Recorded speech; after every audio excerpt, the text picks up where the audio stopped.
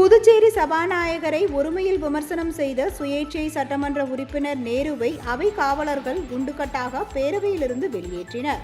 புதுச்சேரி சபாநாயகர் செல்வம் விதிகளை மீறி செயல்படுவதாக கூறி அவர் மீது கடந்த சில மாதங்களுக்கு முன் சுயேட்சை சட்டமன்ற உறுப்பினர் நேரு நம்பிக்கையில்லா தீர்மானம் கொண்டு வந்தார். இதனைத் தொடர்ந்து சட்டமன்ற உறுதிமொழிக்கு பின் தலைவர் பதவியிலிருந்து சட்டமன்ற உறுப்பினர் நேரு நீக்கம் செய்யப்பட்டார்.